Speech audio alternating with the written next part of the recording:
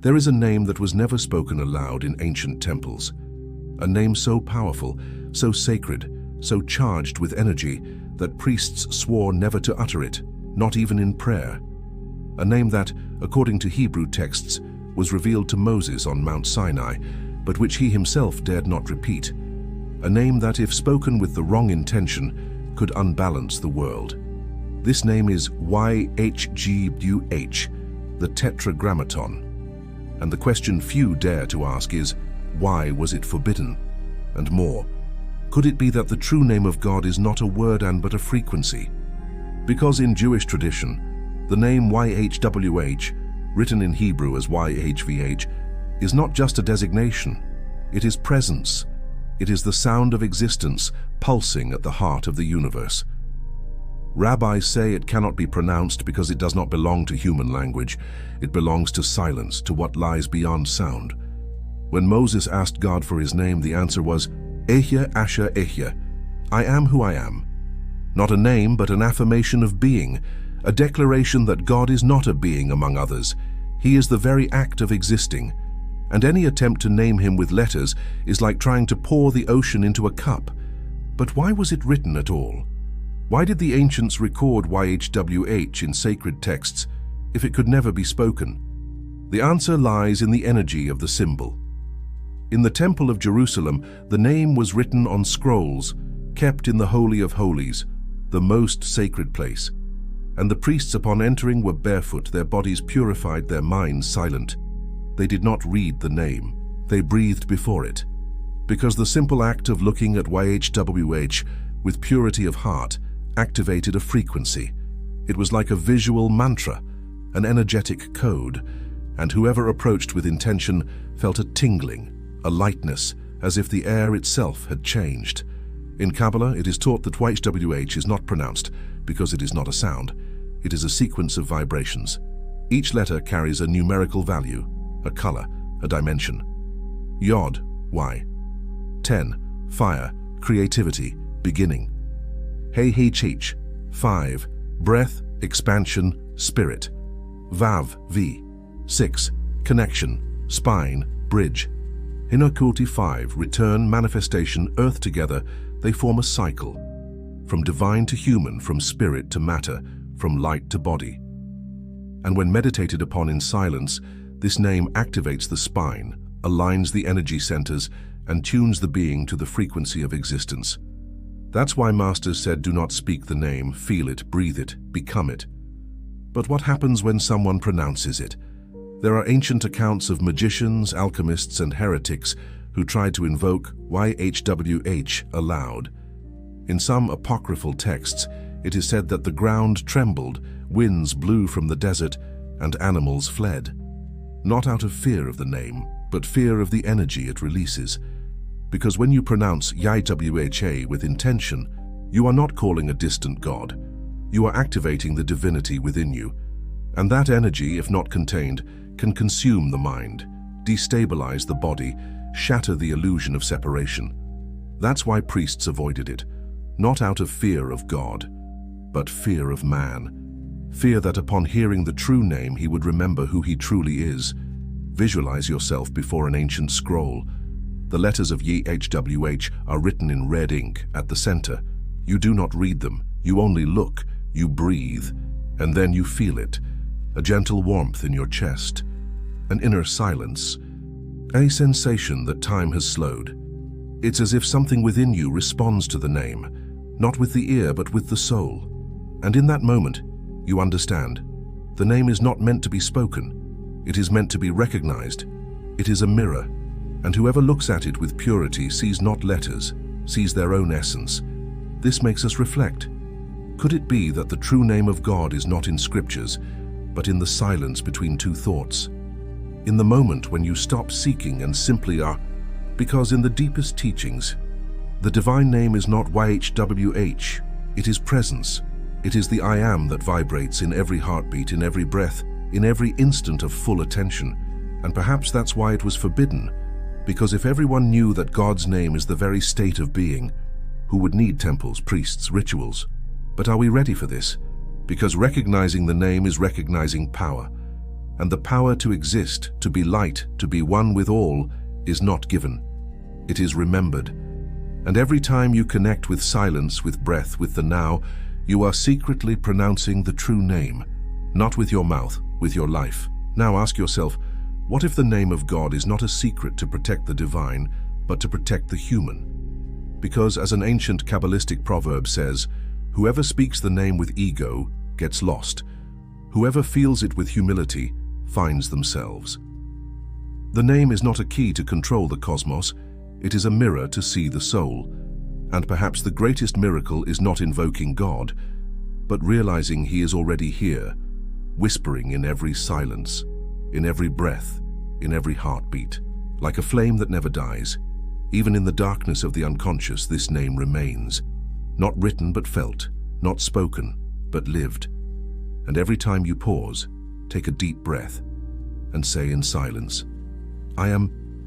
You are unknowingly pronouncing the name that was never said, and because of that it is the truest of all. The seeker's journey is like an ancient scroll slowly unrolling, revealing symbols that feel familiar, like memories from other lives. Each revelation is a candle lit in the temple of the mind, illuminating corners we never knew existed. And at the end of this path we don't find answers, we find moments. Moments when silence speaks, moments when the name is felt, moments when, for an instant, we know, without words, who we truly are. Thank you for your curiosity and courage to walk these untrodden paths, for listening not just with your ears, but with your soul, for allowing yourself to be touched by ancient truths, forgotten memories, names that are not spoken, but resonate deep within. Are you ready to take the next step? Remember, every ending is just the beginning of a new journey of awareness. But let us go deeper, because the name Wachababiach is not just a Jewish secret, it is a universal code. In other traditions, it appears in different forms, yet carries the same meaning. In Islam, Allah is described as Al-Hayy, the living, and Al-Qayyum, the self-subsisting. The Quran says He is God besides whom there is no deity, the knower of the unseen and the seen. He is the most merciful, the most compassionate. But there is a name that Sufis say is the purest Hu, a single syllable, a sound that vibrates in the chest.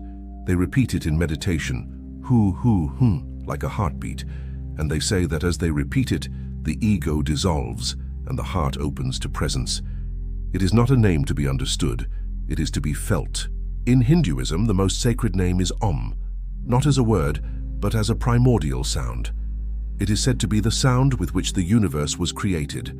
When chanted with intention, it resonates in the spine, clears the chakras, and connects the being to Brahman, the ultimate reality.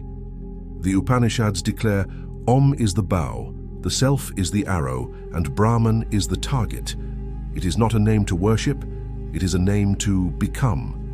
And like YHWH, it is not for just anyone. It is lived by those who are ready. In Buddhism, the name is not spoken, it is transcended. The Buddha gave no name to the Absolute. He spoke in silence, in parables, in states of consciousness. Because, he said, any name limits the limitless. In Tibetan texts, the mantra Om Mani Padme Hum is considered a key of light, 6 syllables that contain the entire spiritual path. Monks say that by repeating it, you are not asking, you are aligning. And each repetition is a step closer to the name that has no sound. And among indigenous peoples, the name of the Great Spirit is rarely spoken aloud. It is known through the wind, the tree, the river. It is felt in the dance, the song, the fast. And the shaman does not invoke it with words, with presence. Because for them, the name of God is life itself pulsing in all things. Visualize yourself now in an ancient temple at twilight. You enter in silence. Before you an altar with a golden symbol, not YHW, not Om, not Hu, just a circle. You close your eyes, breathe. And then a voice arises, not from outside, but from within. It does not speak words, it only vibrates, a deep, low sound, one you recognize as familiar. It's as if something in you responds, I am here. And in that moment, you understand. The name does not need to be spoken. It is already being lived. It is the silence. It is the heart. It is the now. This makes us reflect. Could the true name of God actually be the name you forgot? The name you had before birth? Kabbalists say that before incarnation, each soul receives a secret name, one that contains its mission, its essence, its connection to the divine, and that throughout life, moments of clarity, love, surrender are clues to that name. Every synchronicity, every shiver, every unexpected tear is an echo, and perhaps the greatest spiritual act is not seeking God's name, but remembering your own, because deep down they are one and the same. Now ask yourself, what if the name of God is not a secret kept hidden, but a memory buried within? And if, instead of searching in scriptures, you only needed to pause, breathe, and listen to what is already being whispered inside you? Because the name is not in the sky, it is in the silence of the chest, it is in the breath, it is in the gaze of one who loves, without asking for anything in return. But let us go further. In the Zohar, the foundational text of Kabbalah, it is written that the name YHWH is not static. It is a living vibration that shifts according to the state of the one who approaches it. To the fearful, it appears as judgment, to the loving as mercy, to the seeker as light. It is not a fixed word, it is a mirror of the soul, and when you stand before it, you do not hear God, you hear yourself, and in that reflection, you see not separation, but unity. In the Christian mystical tradition, Meister Eckhart taught that the eye with which I see God is the same eye with which God sees me.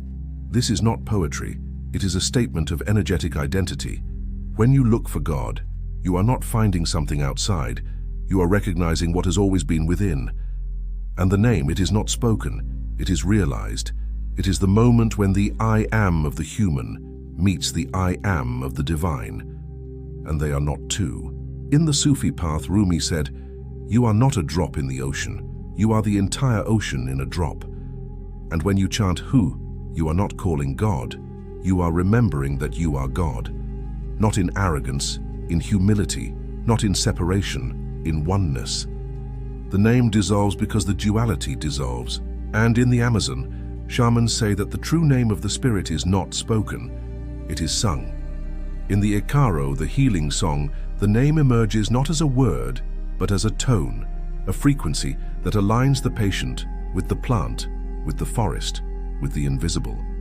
And when the song is true, the body remembers, the soul returns. The name is not heard, it is lived. Now ask yourself, what if the reason no one can pronounce the name of God is not because it is forbidden, but because it is already being spoken?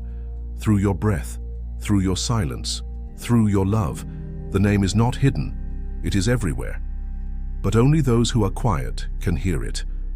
Tal como uma chama que nunca se apaga, mesmo nas trevas do inconsciente, esse nome permanece. Não escrito, mas sentido. Não falado, mas vivido. E cada vez que você para, respira fundo e diz, em silêncio, eu sou. Você está, sem saber, pronunciando o nome que nunca foi dito, e que por isso mesmo é o mais verdadeiro de todos. The seeker's journey is like an ancient scroll slowly unrolling, revealing symbols that feel familiar, like memories from other lives. Each revelation is a candle lit in the temple of the mind, illuminating corners we never knew existed. And at the end of this path, we don't find answers, we find moments. Moments when silence speaks, moments when the name is felt, moments when, for an instant, we know, without words, who we truly are. Thank you for your curiosity and courage to walk these untrodden paths, for listening not just with your ears, but with your soul, for allowing yourself to be touched by ancient truths, forgotten memories, names that are not spoken but resonate deep within. Are you ready to take the next step? Remember, every ending is just the beginning of a new journey of awareness.